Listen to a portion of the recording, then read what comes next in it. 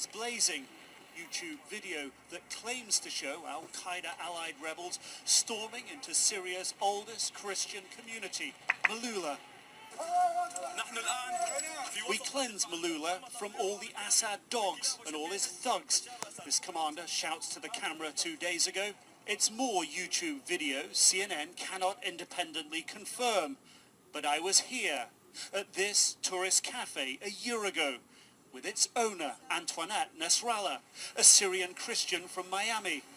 She'd come back to sell tea and cakes to the thousands of American and European visitors who used to flock here.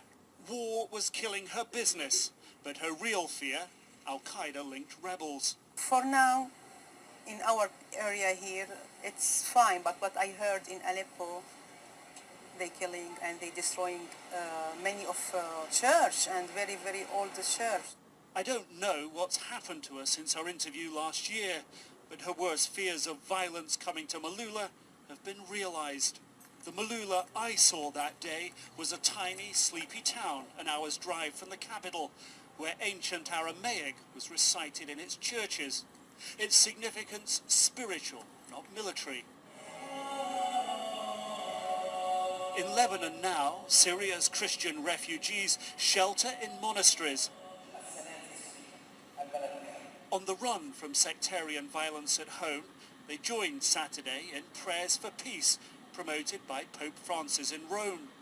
But even here, as threats of US strikes on Syria loom, they don't feel safe. Ada told us to hide her identity. We can't go out. We can stay only in the monastery. We just go to the supermarket or if we have an embassy appointment. But we stay here, especially when we hear about the tense situation in Lebanon. We don't go anywhere. She is not alone. Aid agencies say Syria's 2 million Christians are often targeted in Syria for suspected sympathies with Assad's regime. 2 top bishops have been kidnapped and a well-known priest has disappeared. Increasingly, many are turning to Europe's Christian countries to take them in. Malula may only be small, but its capture at the hands of Islamists is symbolically huge and will send shockwaves that will be felt all the way to Rome. Nick Robertson, CNN, Beirut, Lebanon. So, we may not see this great tribulation in our lifetime, but we just saw one example of how persecution is a real thing for some people in some parts of the world. And what they believe is a matter of life and death, here and now.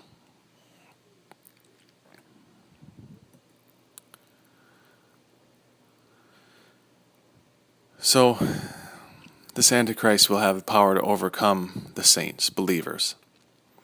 If anyone is destined for captivity, to captivity he goes. If anyone kills with the sword he must be killed. Here's the perseverance and the faith of the saints. We're not called to battle this Antichrist figure. A few weeks ago we talked about the conflict in Syria. When God leads individuals into battle, he wins. He doesn't have to have enough logical numbers or weaponry or anything like that. But he wins when he's behind a battle. And we just read the saints will be overcome by the beast. So God will not be leading at this time that we're referring to an actual battle against Satan or the Antichrist. Later on, it talks about how Jesus will be present for the great battle of Armageddon. We are called to endure, to stand firm, to keep the faith. It's interesting. Psalm says, though I walk through the valley of the shadow of death, I will fear no evil, for you are with me. That's huge. There's nothing to fear here. Yet Paul says, work out your salvation with fear and trembling. Well, there are references to fear in the Bible, and a good fear, a wise fear, is respect. The beginning of all wisdom is a fear of the Lord.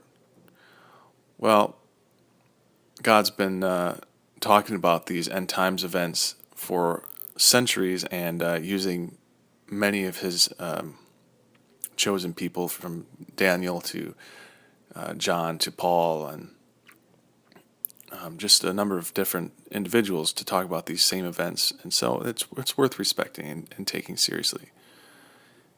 And again, to trust in God.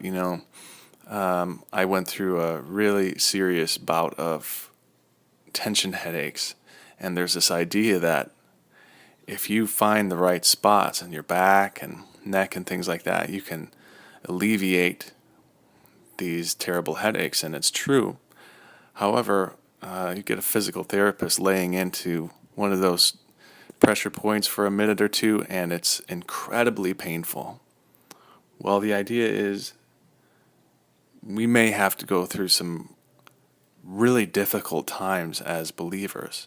And if anybody tells you otherwise, they are mistaken, and they are misleading you, because all throughout history, some of the best, most devout followers of God have been put through some really hard times.